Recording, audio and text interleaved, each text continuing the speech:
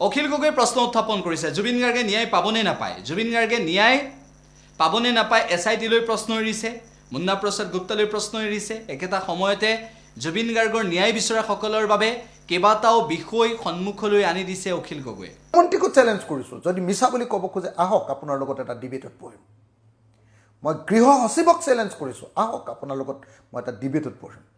মুন্না প্ৰসাদ গুপ্তাক challenge কৰিছোঁ যে আহক DGPক চ্যালেঞ্জ কৰিছোঁ আহক আমি এটা ডিবেটত বহোঁ যদি আপোনালোকে প্ৰমাণ এইটো মানে আজি আপোনালোকে যিয়ে নকক লাগিলে কোৰ্টত হেতুৱে হ'ব গ্যাৰাণ্টি নমস্কাৰ মই আজিৰ এই ভিডিঅ'টোত অসমবাসী ৰাইজৰ কাৰণে জুবিন গাৰ্গৰ মৃত্যুৰ সন্দৰ্ভত এটা অতি সিৰিয়াছ বিষয় উত্থাপন কৰিব খুজিছোঁ মই এই ভিডিঅ'টোৰ জৰিয়তে দেখুৱাব খুজিছোঁ যে অসম চৰকাৰে যি তদন্ত কৰি আছে জুবিন গাৰ্গৰ মৃত্যুক লৈ ন্যায়ৰ বাবে যি তদন্ত কৰি আছে সেই তদন্তই কোনো পধ্যে কেতিয়াও জুবিন গাৰ্গক যে ন্যায় দিব নোৱাৰে সেই কথাটো মই এই ভিডিঅ'টোৰ জৰিয়তে সঠিকভাৱে উত্থাপন কৰিবলৈ চেষ্টা কৰিছোঁ মই এই ভিডিঅ'টো বনাইছোঁ অসমৰ ৰাইজৰ কাৰণে যিসকলে জেনুইনলি সঁচাসঁচিকৈ জুবিন গাৰ্গৰ ন্যায় বিচাৰি আছে মই সেইসকলৰ কাৰণে বনাইছোঁ যিসকলে সঁচাকৈ এই জুবিন গাৰ্গৰ ন্যায় প্ৰদানৰ প্ৰচেছটোৰ লগত জড়িত হৈ আছে জড়িত হৈ থকা মানে এনকুৱাৰী অফিচাৰ্ছবিলাকৰ কাৰণে অসম চৰকাৰৰ মুখ্যমন্ত্ৰীৰ কাৰণে বা গৃহমন্ত্ৰীৰ কাৰণে অসমৰ হোম কমিশ্যনাৰৰ কাৰণে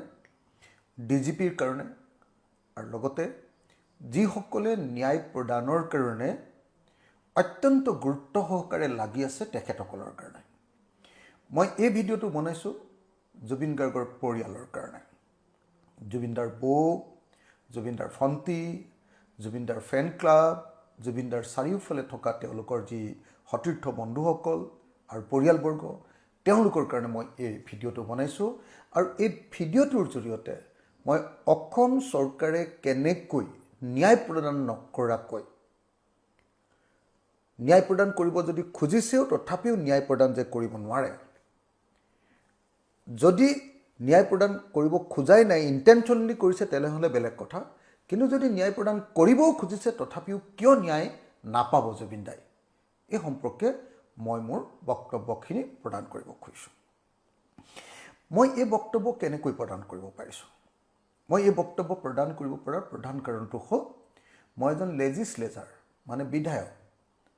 মোৰ কামটো হ'ল আইন বনোৱা আইন সংশোধন কৰা আইনক সংশোধনী অনাৰ সময়ত ক্ৰিটিচাইজ কৰা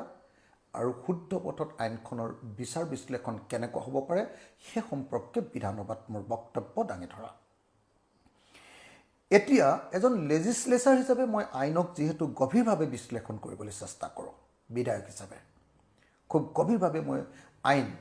বা